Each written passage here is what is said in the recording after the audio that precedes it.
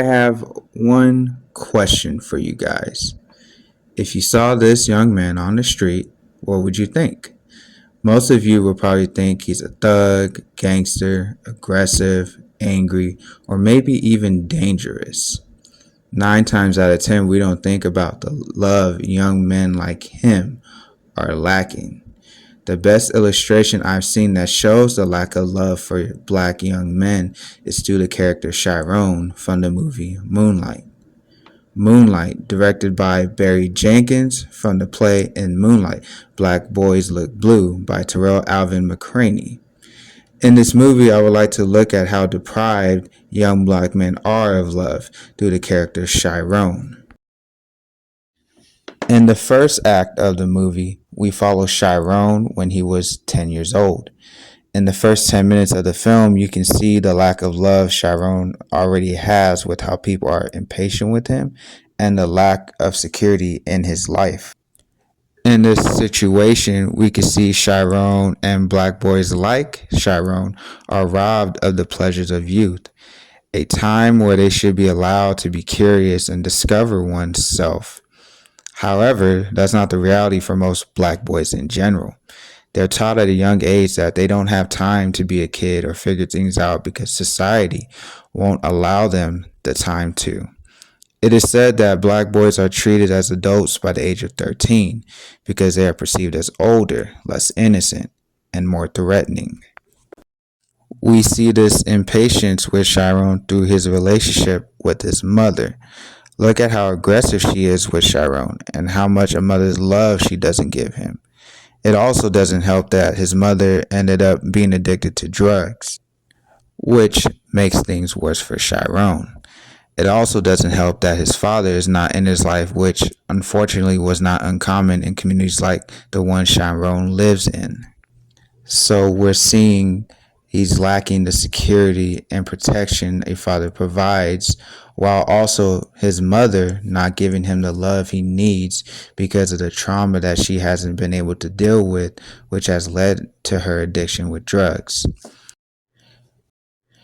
With Chiron and black boys like Chiron not having a father, it leads to them looking towards their peers to fill that role for them.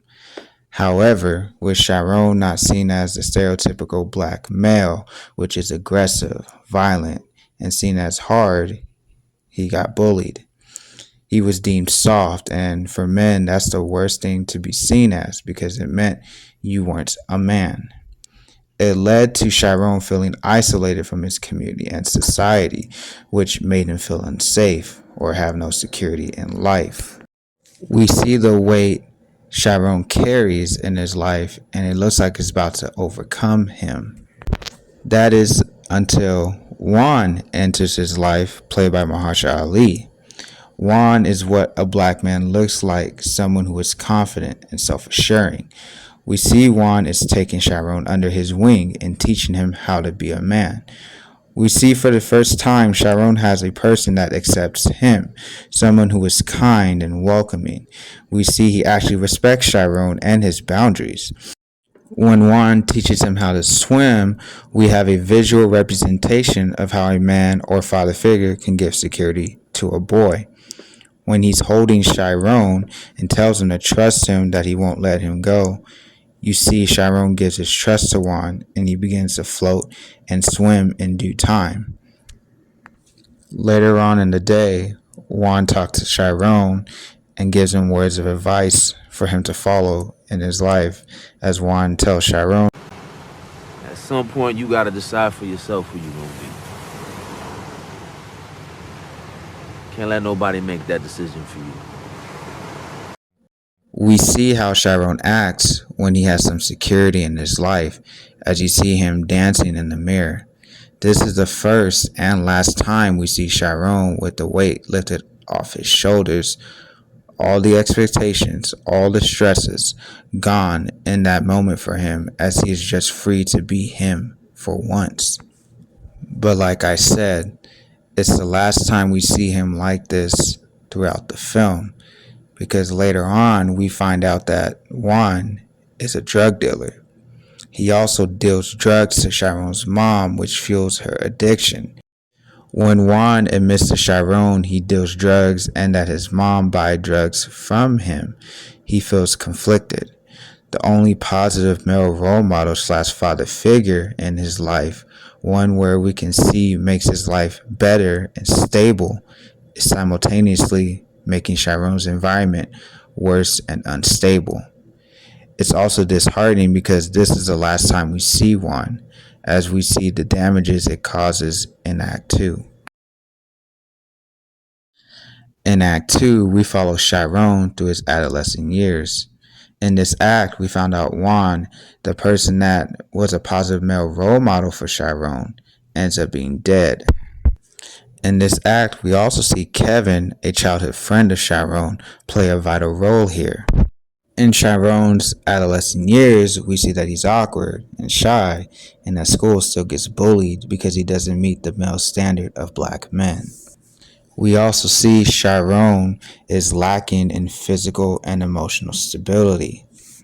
We see that with Chiron being followed by his bullies, one named Terrell following him home. We see the home life is not physically stable for him anymore because his mom would sometimes kick him out, saying she has company and he needs to find somewhere else to stay. He has a little bit of emotional and physical stability through Teresa, Juan's girlfriend, who still looks after him even after Juan died. We see the love that Teresa gives him, but it's not enough because he's surrounded by a community who doesn't embrace who he is, because he's not meeting the standard of black men, and the world around him is punishing him for it. His mom is even punishing him emotionally, not allowing him to receive the love of Teresa because she's emotionally manipulating him, saying that she is his mother, regardless. So Chiron, with nowhere to go physically and even emotionally, he goes to the last place where he felt at peace, and that is at the beach. We see Chiron sitting at the beach, listening to the water, which was the last positive thing that happened to Chiron, is because that's when Juan taught him how to swim and the last time he felt free. It is in that moment we see Kevin arrive. See, Kevin is the only one who sees Chiron and actually accepts him for who he is. He's the only one that acknowledged him when they were kids, and he's the only one that actually still hangs out with him to this day. Kevin is the type of person who is able to let Chiron be vulnerable and feel protected by that. It's when he admits to Kevin that he cries a lot and he just wants to end it all that Kevin confronts him and shows him love for the first time since Juan. But just like everything in Chiron's life, it became temporary, as in the next day, Kevin, being peer pressured to beat up Chiron, punches him in the face, performing his black masculinity in order to survive. Chiron now lacks trust and his physical well-being is in jeopardy. He's isolated once more and has nowhere he can go to where he feels safe emotionally and physically. He doesn't have that at school, he doesn't have it at his house, so he has nowhere to go. It's at that moment he realizes that he'll never be accepted or survive in the society for who he is, that he needs to become the negative black stereotype, which is aggressive, angry, violent, dangerous. That this person begins as one thing and then to survive in the world builds up this literal musculature, this armature, to protect himself from having to deal, with being vulnerable. When he comes to this realization, we later see him dipping his head in ice water, almost like a baptism where he emerges as the new person. The lovable, kind Chiron we got to know through the first two acts is now dead, or at the very least, suppressed, and the new identity has been formed. Chiron feels that society and his own community doesn't think he deserves or is worthy of love. So instead of getting love, you might as well be feared, because at the very least, you will be respected. And it is at that point that Chiron's life will be changed going forward.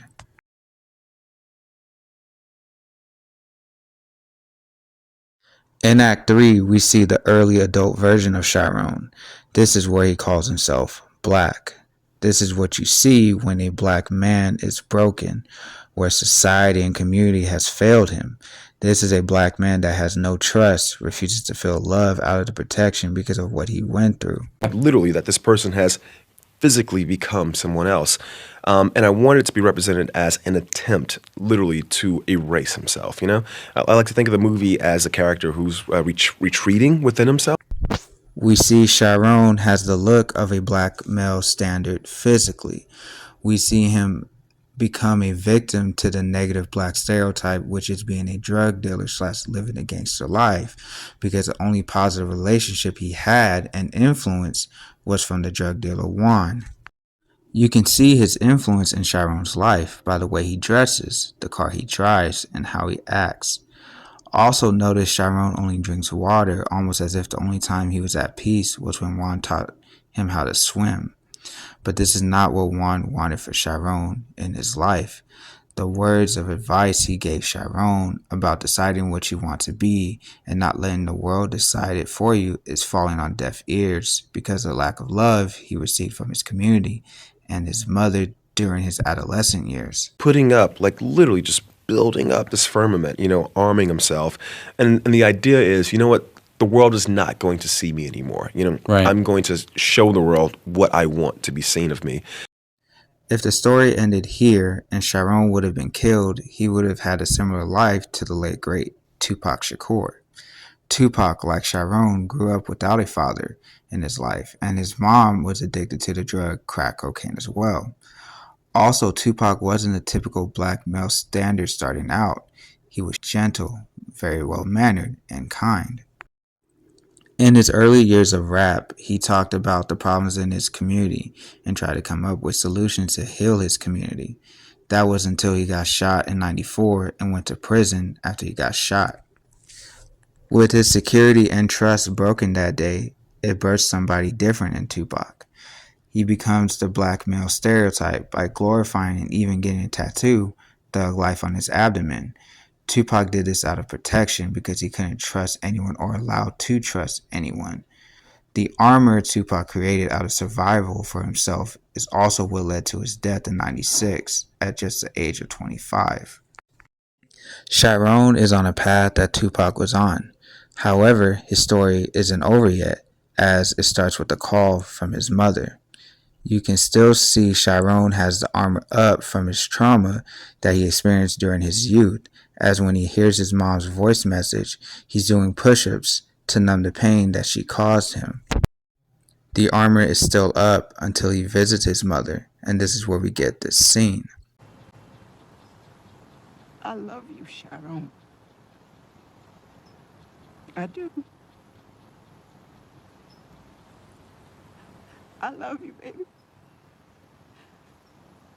I mean, you ain't gotta love me. Lord knows I did not have love for you when you needed it. I know that. So you ain't gotta love me. But you gonna know that I love you. In this moment, we see how strong and resilient Chiron is, and many black young men are. He didn't have to forgive or even accept the love of his mother was willing to give him now, but he did. We see the glimpse of the little boy he has in him, the kind and gentle person he was. But like I said, it was only a glimpse until he gets a call from Kevin. Kevin invites him to meet at the restaurant where he cooks at. Chiron meets with him and has his barriers still up because of what happened the last time he saw him. However, Kevin knows Chiron very well, known him since he was a little boy, and he's slowly breaking Chiron's armor little by little. We see Chiron's true self come out very slowly, and as you see at the very end, he becomes brave enough to be vulnerable with Kevin, that he was the only man that's ever touched him like that. Kevin embraces and comforts Chiron, and for the first time since Juan teaching him how to swim, he is at peace. Chiron is a character where he was not given the love he needed during the developing years, but we see how resilient he is, just like how many black young men are resilient. I wanted to end this video with something to say for young black men. I see the struggles you go through on a daily basis. I see how hard it is for you to keep going just another day. I see the weight you carry on your shoulders every day with all the negative stereotypes surrounding you.